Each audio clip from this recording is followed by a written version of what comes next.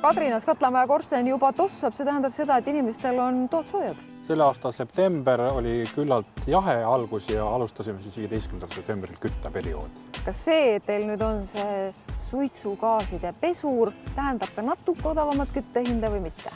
Küttehind jääb samaks, aga me oleme muutunud tükk maad efektiivsemaks. Et me kasutame ära nüüd suitsugaasides oleva soojuse ja anname siis selle kütteveele juurde.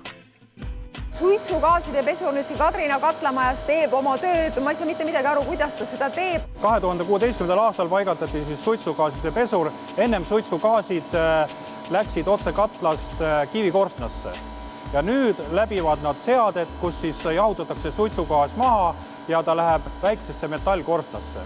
Ja sellega saavutatakse seda, et kui varem läksid suitsugaasid korstnasse kuni 150 kraadi, siis nüüd on suitsugaaside temperatuur 50 kraadi. Suitsugaas tuleb sealt kõrvalt ühest torust sisse ja liigub ülesse. Ja üleval on massiivne dušš, kus siis piserdatakse vett kogu aeg peale ja suitsugaas läheb nagu duši alt läbi ja sellepärast nimetataksegi seda suitsugaaside pesurit. Ja üks asi on siin veel oluline, saan ma aru, et see soojus, mida ära ei kasutata, et see siis on nüüd seotud selle sinise asjaga siin seljaväe. See soojus, mis nüüd saadakse suitsugaasidelt kätte, see antakse nüüd tagastuvale kütteveele ja sellega kasutatakse see ära lihtsalt. Ja edasi ta läheb juba katlas ja ringleb. Kadrina kohal on puhtam selle võrra. Selle jaoks see pesur ja kõik need püüdeseadmed ongi paigaldatud, et õhk oleks puhtam. Kas varem oli siis näha, et selliseid tahmaosakesi lendab sealt lausa välja? Jah, ikkagi oli lumepeale eriti hästi näha.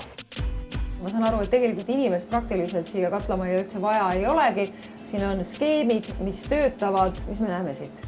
Siin me näemegi siis soojatootmise skeemi ja siis edasi ka siis suitsugaaside pesuriskeemi. Ja siin on siis näha, et soojatootmine toimub katlas. See on eelkoldega katel. See tähendab, et see katel on võimeline põletama siis niisket kütust. Ja see on ka üks eeldus, et saaks edaspidi kasutada suitsugaaside pesurit. Aga mida inimene peab siin jälgima, kui ta tööl on? Ta peab valmama, et seadmed kõik töötaksid, et ükski seade seisma ei jääks ja režiim oleks õige.